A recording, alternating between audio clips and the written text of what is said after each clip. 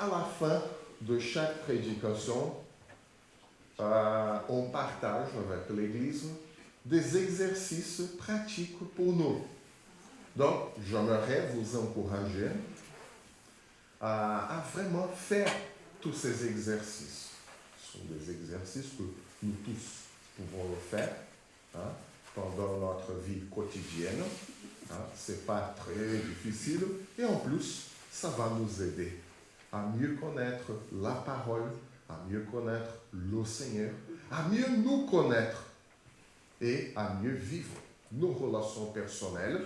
Nous avons déjà vu une prédication sur la compréhension de soi, la motivation, la communication interpersonnelle. Aujourd'hui, nous allons voir l'autonomie personnelle. Qu'est-ce que la Bible en parle? Pourquoi?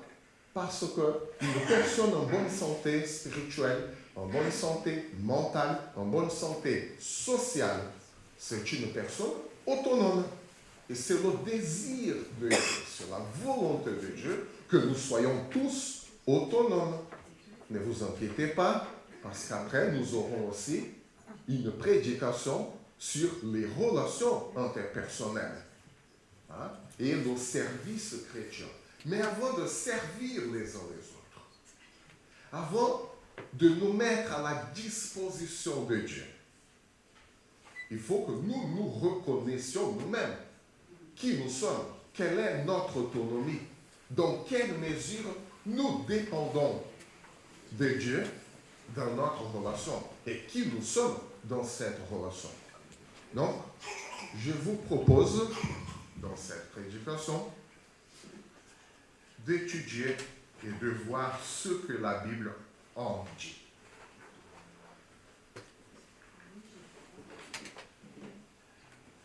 Mais avant, voilà, j'ai oublié de préparer le message pour vous envoyer les diapos, mais ne vous inquiétez pas, à la fin de ce culte, je vous enverrai les diapos. Je prépare en avance, mais aujourd'hui j'étais un peu partout. Franchement, je vous demande pardon, j'ai oublié de préparer le diapo pour vous envoyer, mais je le ferai tout à l'heure. Nous sommes une société orientée à guérir les maladies plutôt que de les éviter. Je ne sais pas pourquoi on préfère guérir que prévenir. Si ce n'était pas le cas, il y aurait beaucoup moins d'accidents et beaucoup moins de maladies auto-infligées, mais beaucoup moins.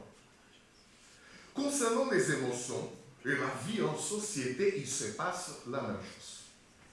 Nous provoquons chez nous et chez les autres des soucis, des préoccupations, de stress à cause de nos préjugés, à cause de notre égoïsme, à cause de notre violence et agressivité, de notre intolérance aux différentes façons de vivre de chacun.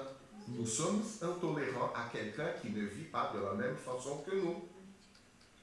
C'est la vérité. Le résultat est que nous passons plus longtemps à gérer les maladies sociales, les maladies mentales, plutôt qu'à vivre une vie épanouissante.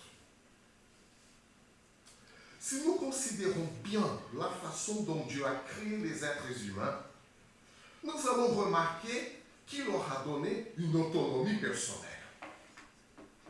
Cette autonomie est mise en pratique lorsque Dieu demande aux êtres humains de se multiplier. Déjà, ça c'est une autonomie personnelle. De prendre soin du jardin, de nommer les animaux. Dieu leur a laissé choisir la manière de faire toutes ces choses-là.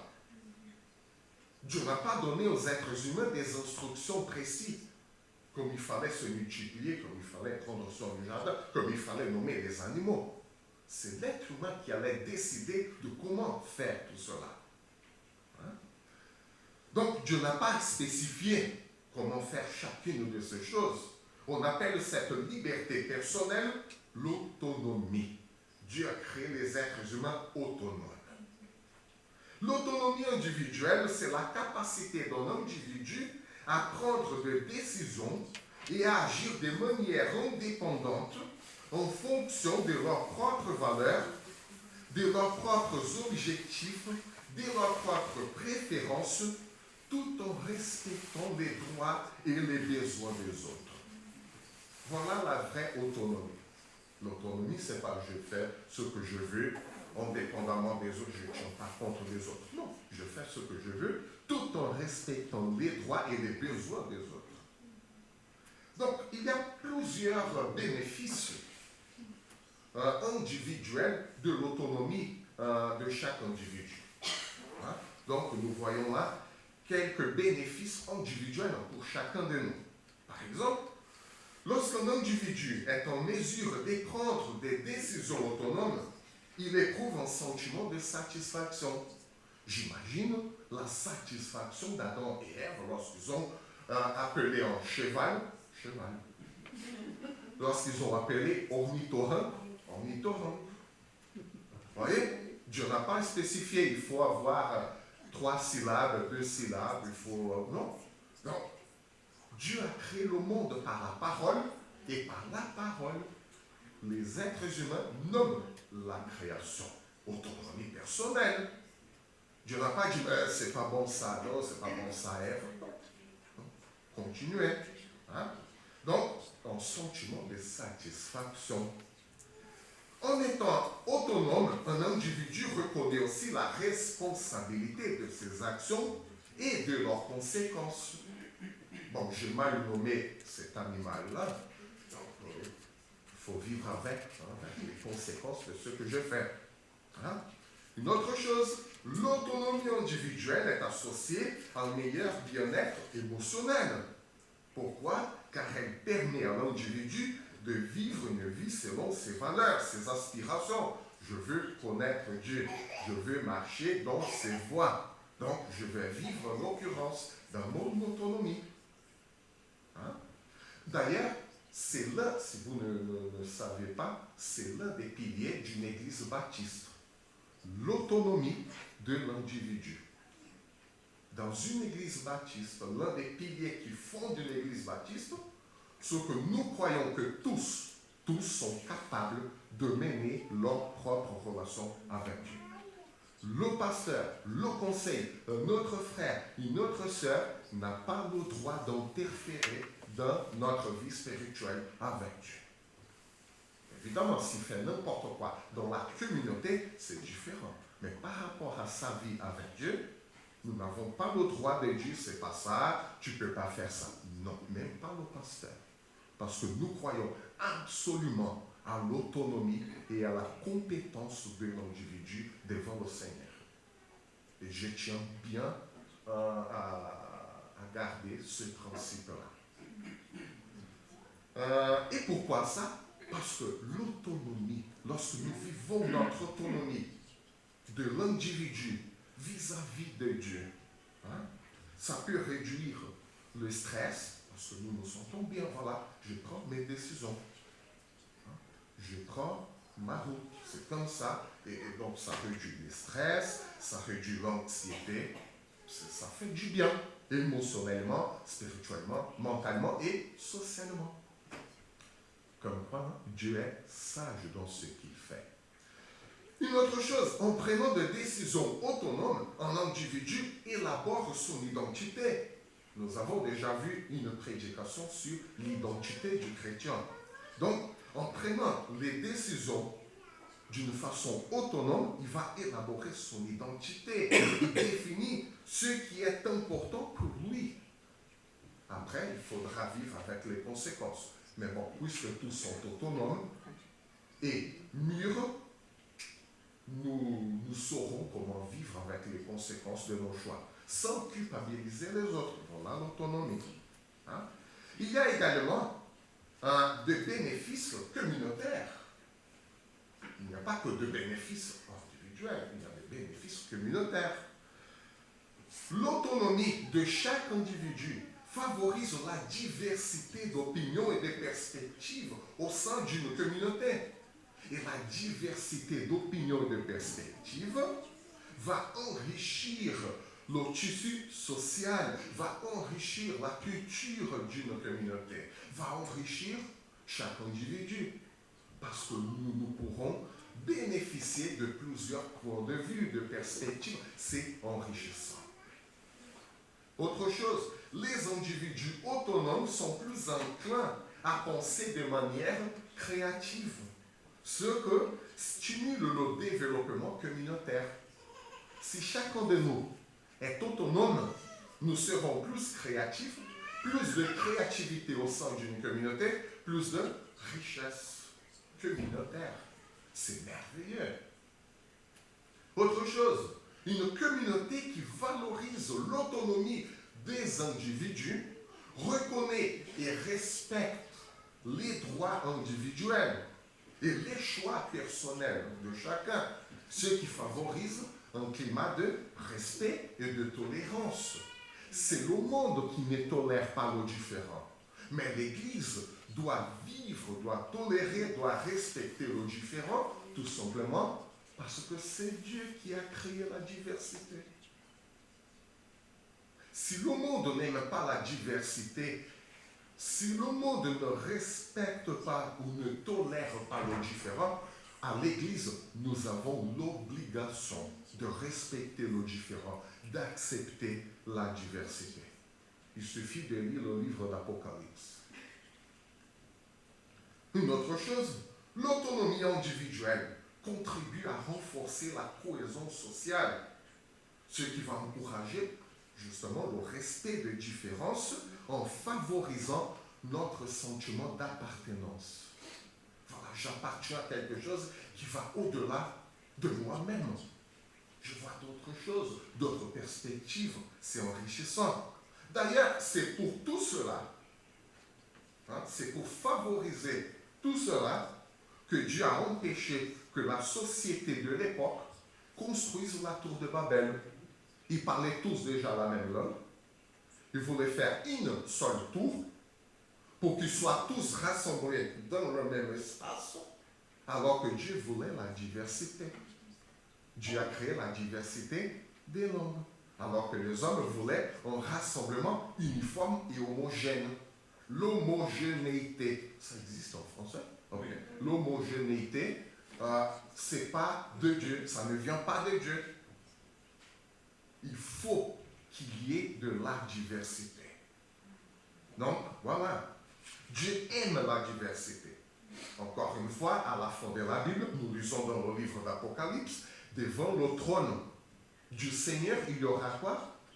Les personnes de toutes les nations, de toutes les races, de toutes les langues. La diversité est divine. L'homogénéité, c'est satanique. C'est pour ça le 666. Tous ont le même numéro. Tous ont la même identification. C'est un numéro, c'est un personnel. Alors que Jésus fait quoi? Il donne un nom différent pour chaque personne. C'est l'autonomie individuelle dans la communauté. Alors que Satan, la bête, il fait quoi? Il homogénise les personnes en leur donnant le même numéro pour tous. L'homogénéité, c'est satanique. Alors que la diversité, c'est divine. Et ça fait partie de notre autonomie personnelle. Parce que chacun reçoit son propre nom. Une autonomie, ça vient de Dieu. Mais après l'entrée du péché dans le monde, l'autonomie personnelle donne la place à l'imposition de notre volonté sur les autres. Si je vis comme ça, tout le monde doit faire la même chose. Et j'impose ma volonté sur les autres. Au-delà de cela, le péché crée un environnement hostile et même incertain. On ne sait pas ce qui va se passer pour tout le monde. Ce qui rend notre autonomie individuelle complètement difficile.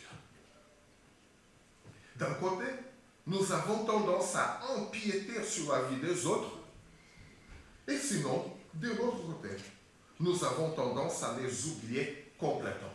Voilà les deux extrêmes lorsque nous ne vivons pas de la bonne façon notre autonomie personnelle.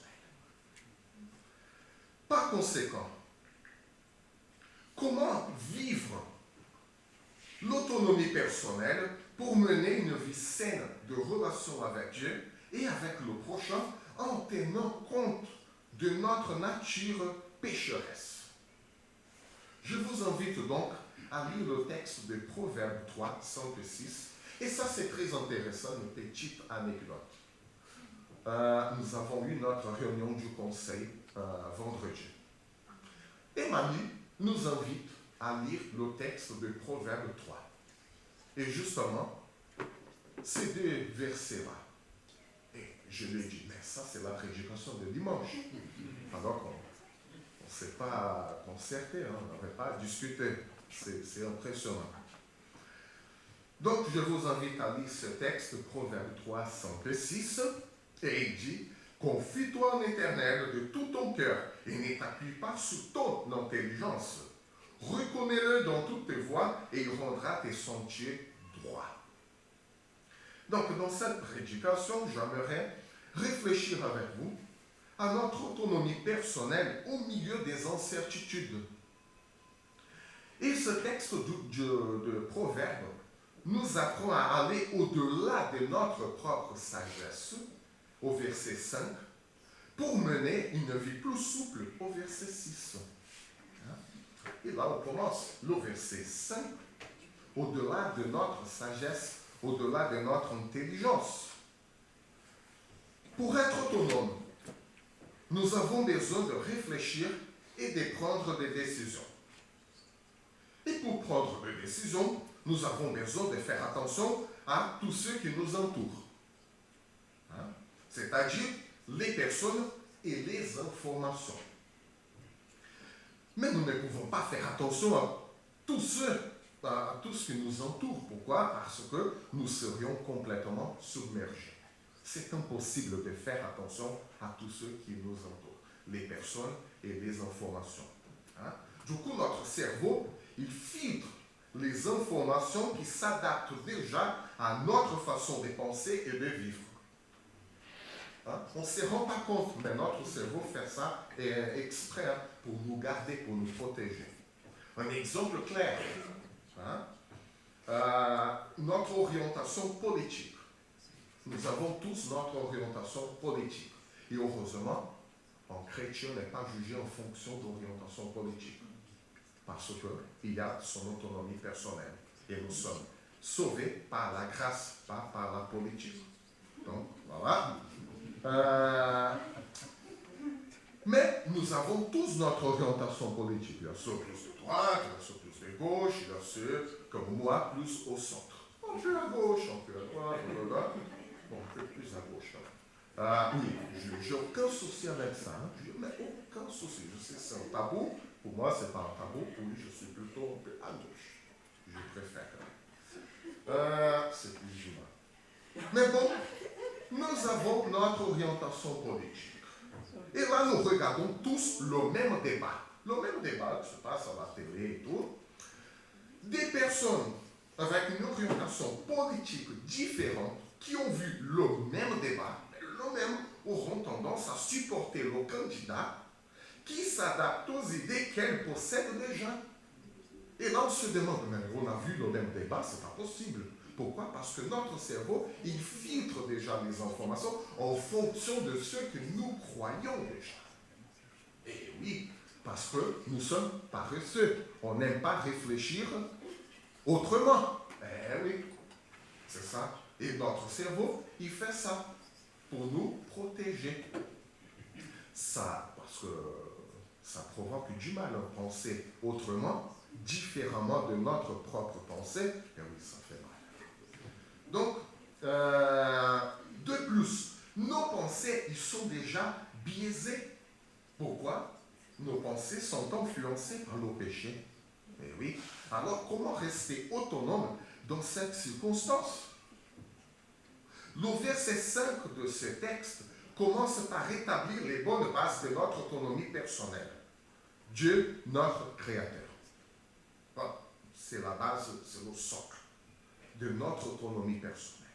En effet, le verbe qui a été traduit par « confie-toi » veut dire en hébreu « trouver un refuge ». Ce n'est pas « confie » dans le sens de faire confiance, mais c'est « trouver un refuge ». Comme en plein milieu d'une pluie, avec du vent, on voit un kiosque et un café. Hein? Même si un kiosque peut nous abriter, entrer dans un café donne une sensation plus grande de sécurité. Tu vois, on réfléchit vite. Bon, il pleut, il y a du vent, un kiosque ou un café. Un café, bien sûr, on est à l'abri du vent, de la pluie, alors un kiosque, s'il n'y a rien, un kiosque, c'est bien. Mais s'il y a les deux, hein, ça demande une réflexion pour trouver un refuge. Hein. Donc, il a fallu se rendre compte du kiosque, du café et de prendre cette décision. Du coup, ce n'était pas une décision irréfléchie ou même précipitée. La Bible dit qu'au milieu des informations, des problèmes, des possibilités qui nous entourent, il faut choisir consciemment, c'est un acte conscient de notre part, de trouver un abri. Quel abri? La référence de notre vie auprès de Dieu. Nous choisissons consciemment, au milieu de tout, Dieu. Au-delà de cela, ce texte nous instruit également à ne pas faire de notre intelligence l'appui de notre vie. Qu'est-ce que cela veut dire? L'image que ce verset donne d'appui, hein, il ne faut pas s'appuyer sur l'intelligence, donc l'image de l'appui, c'est une espèce de superficie à laquelle nous sommes confortables et bien établis. C'est différent d'être là, sur ce strade-là, et c'est complètement différent d'être debout à la plage, déjà sur le sable et même dans l'eau. On est debout, mais on est complètement instable. Donc, appuyer sur l'intelligence, c'est ça. C'est un appui ferme et stable. Et la Bible dit que notre intelligence, c'est pas la bonne superficie pour nous appuyer. Hein? C'est ça la question.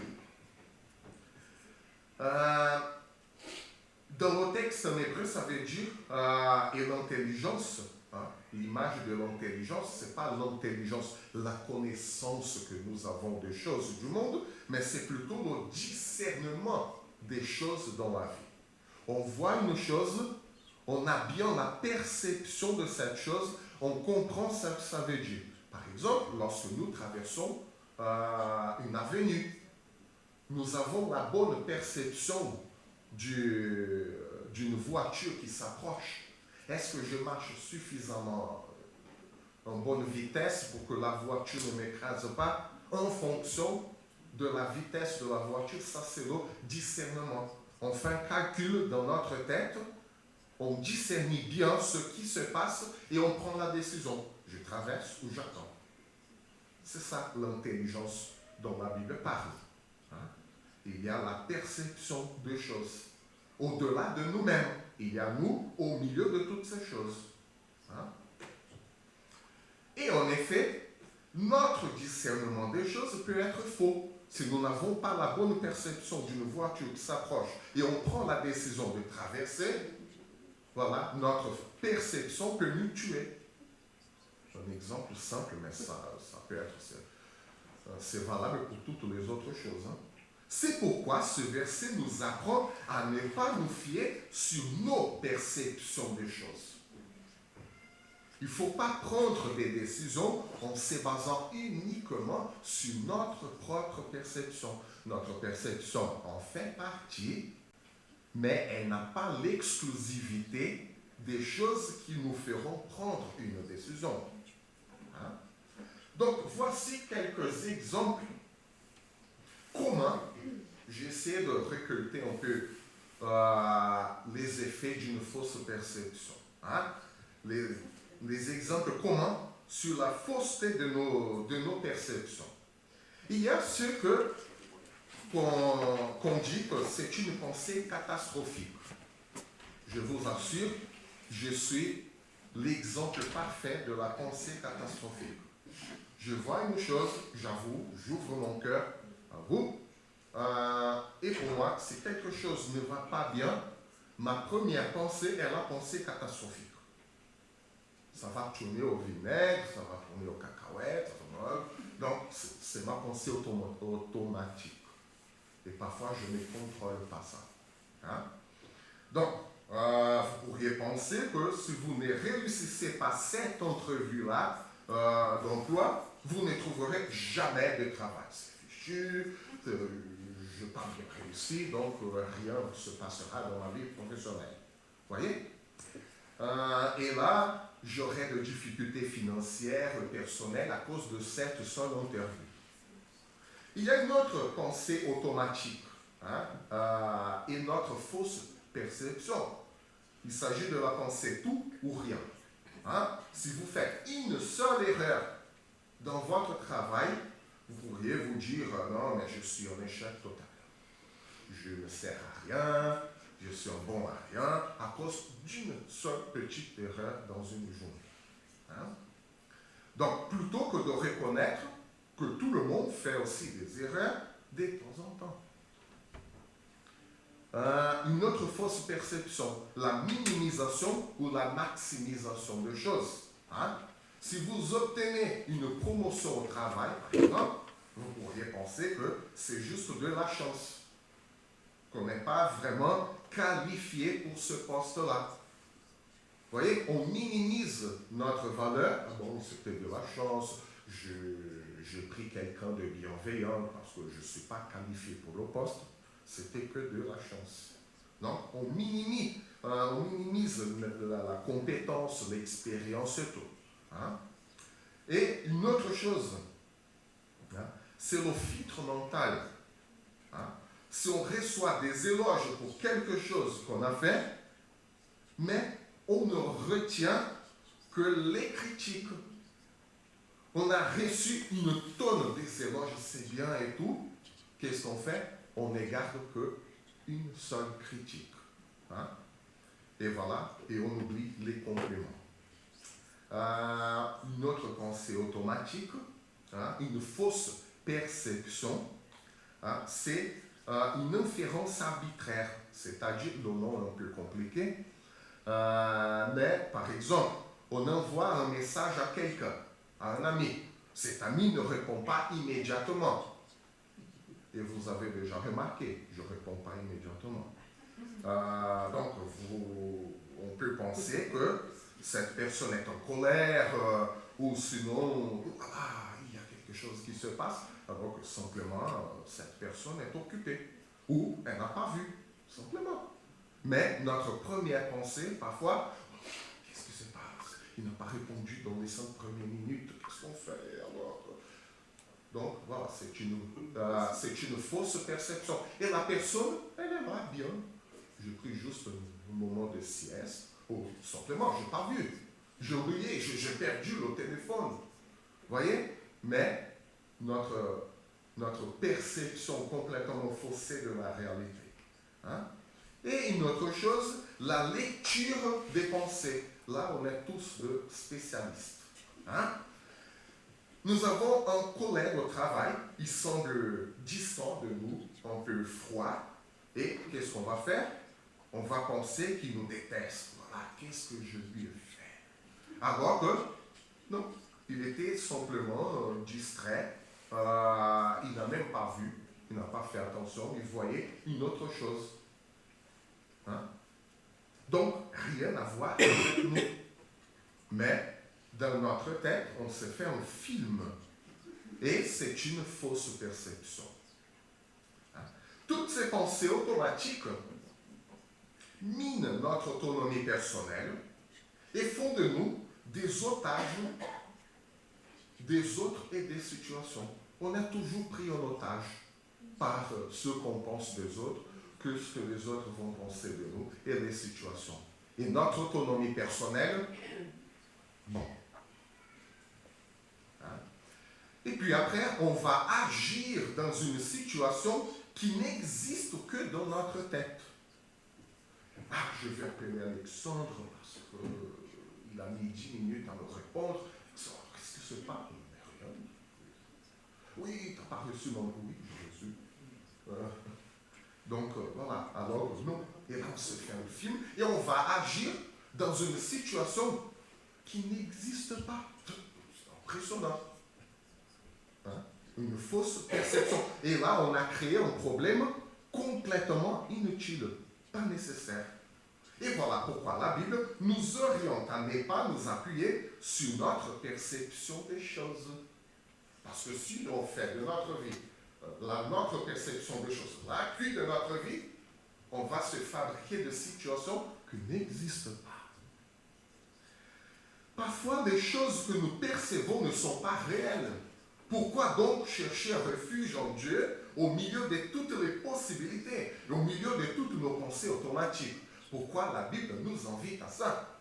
Parce que Dieu n'est pas susceptible de circonstances, ni aux personnes. Dieu n'échange pas. Dieu nous aimait hier. Dieu nous aime aujourd'hui. Dieu nous aimera demain. Ça ne change pas. Et l'amour de Dieu, ce n'est pas une fausse perception pour nous. Hein? De plus, la Bible présente clairement les pensées de Dieu. Les pensées de Dieu sont claires pour nous. La Bible est là pour nous prouver cette réalité. Nous n'avons pas à imaginer ce que Dieu pense de nous. Vous êtes des pécheurs, mais vous êtes des créatures merveilleuses. C'est clair. Michée 6:8, voilà, homme, ce que Dieu demande de toi. Hein? Marcher humblement avec Dieu, chercher l'humilité, chercher la justice. C'est clair, plus clair que ça n'existe pas. Hein? Par conséquent, nous n'avons pas de pensées automatiques concernant Dieu. Hein? Alors, pourquoi développer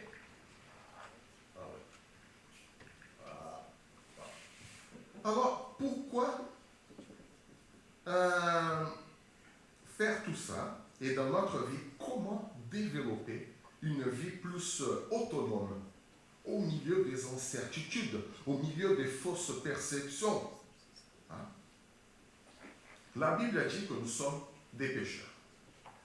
Nous ne sommes pas parfaits. Nous n'avons rien à prouver aux autres. Parce que nous sommes tous pécheurs. Je suis pécheur, vous êtes pécheur, nous n'avons rien à prouver. Nous sommes tous égaux. Donc il n'y a rien à prouver là. Hein? Notre valeur, on n'a pas à se battre pour prouver notre valeur. Hein? Si nous n'avons rien à prouver à personne de ce que nous faisons, de ce que nous mangeons, de ce que nous buvons, comme dit l'apôtre Paul aux Romains, hein, il y aura beaucoup moins de pensées automatiques dans nos têtes. Je n'ai rien à prouver. Je fais ça, mais les autres n'ont rien à voir avec ça. C'est ma vie, c'est mon autonomie, c'est ma relation avec Dieu. Ce n'est pas un péché, ce n'est pas une faute morale. Hein? Donc voilà, moins de pensées automatiques. Hein? Moins de pensées automatiques, plus d'autonomie personnelle pour développer notre vie. Parce que nous sommes aussi aimés de Dieu. Dieu nous aime. Voilà le socle ferme de notre vie. Il a voulu nous créer. S'il a voulu nous créer, c'est pour développer des choses qui nous épanouissent. Telles que, comme il dit dans la Genèse, prendre soin du jardin, nommer les animaux. Il n'a pas dit régler vos différends maintenant. Ça, ce n'est pas un ordre biblique. Ça est venu après le péché. Alors, qu'est-ce qu'on a fait de notre vie? Hein?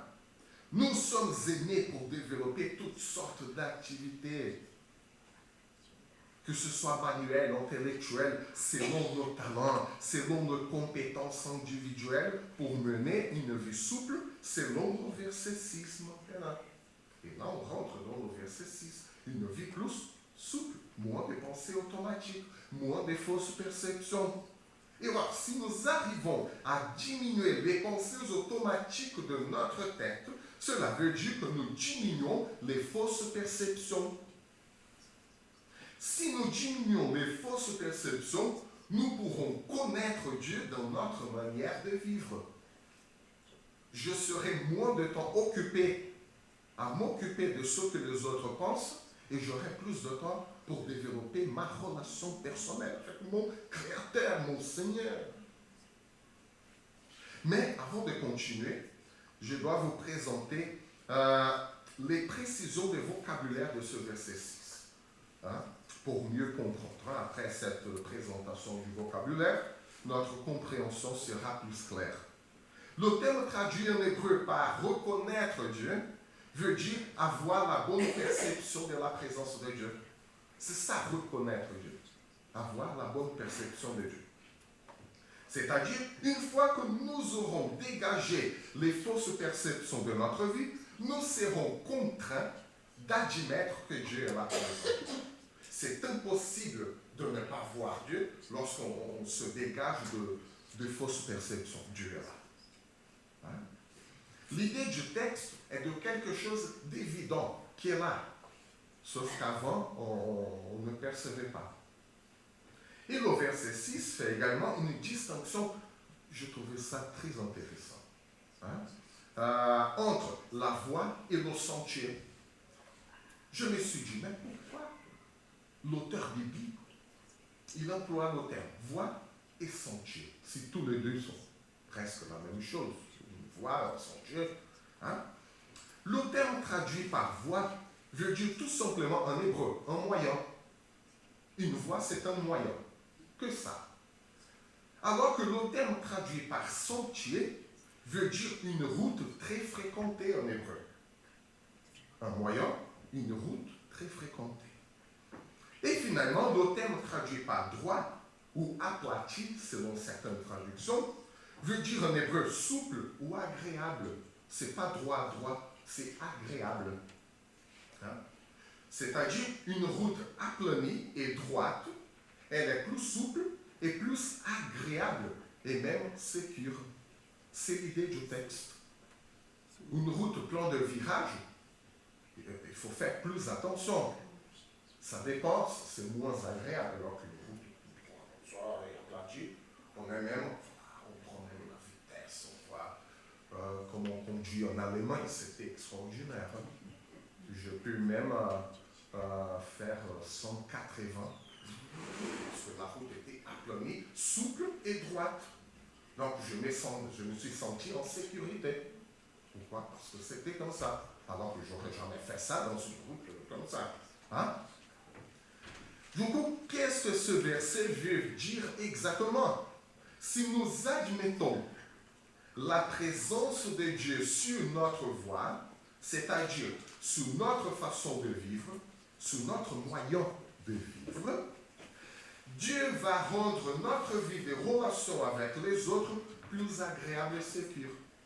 Donc, on admet que Dieu est là dans notre façon de vivre, voie, en moyen, et dans notre relation avec les autres, le sentier est une route très fréquentée, il va rendre notre relation avec ceux qui croisent notre chemin plus souple, plus agréable et plus sécure. Et pourquoi? Parce que nous n'aurons plus d'arrière-pensée sur les autres en fonction de la diminution de nos pensées automatiques au verset 5. Je ne sais pas vous, mais je suis toujours épaté par la logique biblique. C'est extraordinaire ça. Enfin, pourquoi on ne fait pas ça? C'est logique. Et en plus, c'est faisable, ce n'est pas impossible. C'est complètement dans le domaine du faisable. Hein? Notre vie sera plus concrète et réaliste sans les problèmes que nous avons créés dans notre tête. Ce n'est même pas avec les autres, c'est dans notre tête. Excusez-moi, mais c'est un peu n'importe quoi. Notre vie sera plus stable sans les hauts et les bas de notre relation avec les autres. Et voilà le sentier droit, souple et agréable dont le verset parle. Il y aura moins de hauts et de bas dans notre relation avec les autres, dans les sentiers de notre vie. Or, une route droite, souple, agréable est moins stressante. Le virage, on tourne, il faut faire attention. Et l'autre qui vient à contresens, alors c'est plus calme. Il faut faire attention quand même, hein Manu? Oui. Attention. Oui. Mais quand même, c'est moins dangereux. Nous avons plus d'assurance et moins d'incertitude. Qu'est-ce qui va se passer? Alors, on voit loin. Et même dans notre relation avec les autres, qu'est-ce qui va se passer dans ma relation avec telle personne? Non, ce sont les arrière-pensées, moins d'incertitude. C'est plus sécure, agréable et souple après tout. De plus, nous avons vraiment le sens d'avancer au lieu de tourner en rond. Une fois, nous étions du côté des Alpes-Maritimes, Sainte-Marie de la Mer et tout, donc on revenait à Montpellier, on rentrait à Montpellier et on a voulu passer par un pont en tel, on voyait le lac et tout. Qu'est-ce qu'on a fait? On a pris la mauvaise route et on grimpe, on est allé à 1400 mètres d'altitude, on faisait ça. Après tout, on est rentré et tout. Bon, je suis retourné sur le chemin et on est revenu au point de départ. Parce qu'il y avait tellement de virages et tout, au bout d'un moment, je me suis perdu. Bon, c'était quand même agréable. Mais bon, on tourne en rond avec beaucoup de virages. Alors qu'on s'en droit, on prend la A9 tout droit, on va jusqu'à même à Barcelone, ça. Donc, nous tournons en rond dans les sentiers de notre vie, lorsqu'au lieu de vivre les vraies relations, père, mère, fils, fille, amis, frère, sœur, des vraies relations solides qui sont là, qui existent, qu'est-ce qu'on fait? Nous imaginons ce que les autres pensent de nous. Ou sinon, c'est l'impression que je dois causer chez les autres. Et on vit dans cette... Qu'est-ce que les autres pensent de moi?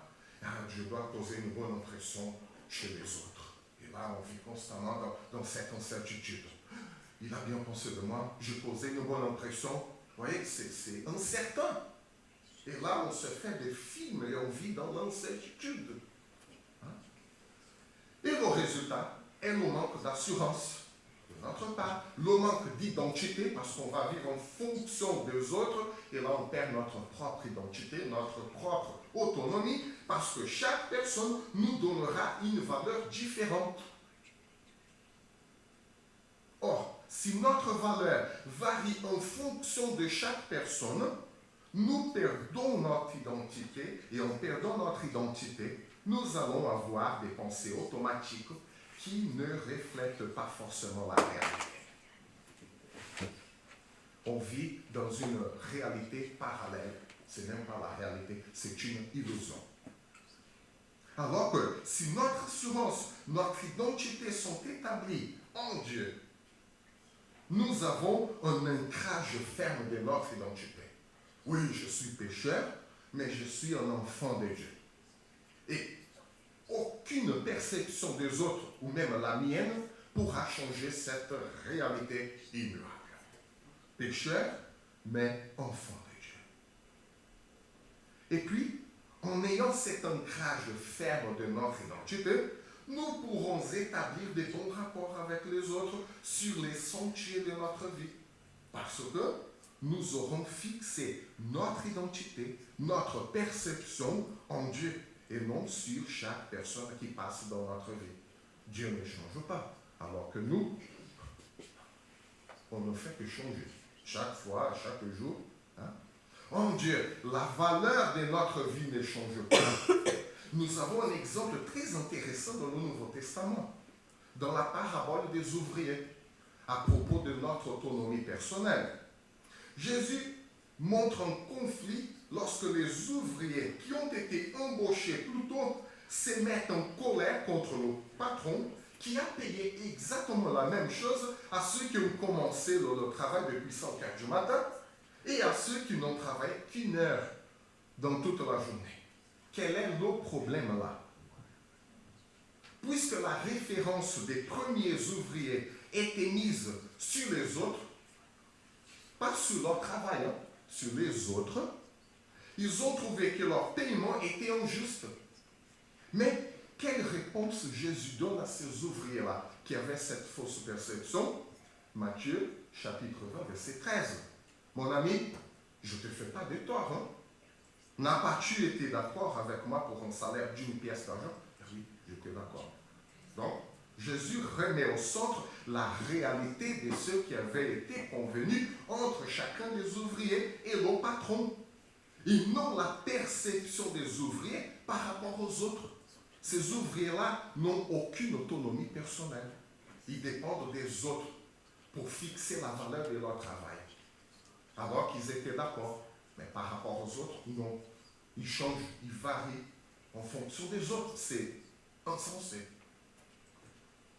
Ils ont créé un conflit à cause d'une pensée automatique. Ce n'est pas juste. Ils n'avaient pas d'autonomie personnelle. Et puis, Jésus montre comment finir la discussion avec ceux qui n'ont pas d'autonomie personnelle. Quelle est la réponse que Jésus il fait dire au patron quoi? Il ne discute même pas. Voilà une bonne leçon pour nous tous. Ne discutons pas. Quelle est la réponse de Jésus? Prends ce qui te revient et va-t'en. Jésus est très court, très clair. Prends ce qui te revient, voilà, et va-t'en. Pas de discussion. Ah mais, non, voilà, va-t'en. C'est libérateur, ça. Si quelqu'un prends ce qui te revient et va-t'en. Il ne manque que dire, laisse-moi tranquille. On avait convenu ça. C'est simple la vie. Hein? On perd trop du temps à discuter le problème. On est des spécialistes. On regarde le problème, un PhD, un doctorat, un problème, mais on ne voit pas la solution du problème. Alors que parfois, il n'y a même pas un problème. Hein? Bon, voilà ce que Jésus nous dit pour rendre notre vie plus souple, plus facile, plus agréable. Hein? Si ils avaient d'autonomie personnelle, ils auraient accepté ce qui avait été convenu, hein? Et puis ils auraient rendu la vie du patron plus souple. Le patron n'aurait pas à traiter avec ça. Enfin, j'ai d'autres choses à faire. Je n'ai pas le temps pour régler votre perception fausse de ce qui est juste ou pas. Je n'ai pas le temps. Prends ce qui te revient et va-t'en. Hein? Donc, et leur propre vie serait aussi plus agréable sans ces sentiments d'injustice, d'amertume. Ils se sont laissés contaminer par l'amertume. Hein? Et voilà comment notre autonomie personnelle peut nous aider et aider les autres qui nous entourent, qui sont sur le même chemin, sur le même sentier que nous, à vivre une vie plus paisible, plus agréable, en fonction de la réalité de ce qui est là vraiment, et non en fonction de nos perceptions. C'est libérateur, c'est merveilleux de vivre comme ça. Donc, dans notre vie quotidienne, lorsque les pensées automatiques, lorsque les fausses perceptions envahissent notre tête, nous pouvons nous arrêter un instant et penser quelle est notre perception de Dieu là à cet instant. Proverbe 5, 3, 5. Quelle est notre perception de Dieu là en cet instant-là? Hein? Nous n'agissons pas. Nous ne disons rien. Juste notre perception de Dieu à cet instant-là. Okay. Nous nous arrêtons pour prendre conscience de la présence de Dieu avec nous. Ensuite, nous listons nos perceptions. Quelles sont mes perceptions? Qu'elles soient fausses ou pas. Nous listons nos perceptions. Une fois que nous aurons lu toutes nos perceptions, nous allons faire un tour dans notre tête pour trouver des preuves qui soutiennent ou que contredisent ces perceptions. Qu'est-ce qu'appuie cette perception-là? Ça fait 2 mois que cette personne ne parle pas avec moi. Ok. Et là, je commence. Elle est en colère contre moi, je lui ai fait ça. Que de pensées automatiques. Alors, ok, qu'est-ce que m'éprouve exactement? Elle m'a envoyé un texto, c'est ça? Elle m'a regardé avec un regard noir, elle m'avait laissé un message et tout. Non, et après, on va découvrir qu'elle passait juste un mauvais moment, elle ne pensait même pas à nous, alors que nous étions complètement débordés par cette pensée. Donc, on va faire une liste. Ma perception, telle personne est en colère contre moi. Qu'est-ce qui prouve effectivement dans la réalité cette pensée? Ça, qu'est-ce que n'éprouve pas telle chose? Voyez, ça nous oblige à regarder tous les points de vue et ne pas agir sous le coup de la perception. Ne t'appuie pas sur la perception des choses. Hein? Donc, une colonne pour, une colonne contre. À la fin, nous allons nous demander, est-ce que je dispose de suffisamment d'éléments pour soutenir cette pensée automatique, cette perception? Parfois, la perception s'avère vraie. Ok? Oui.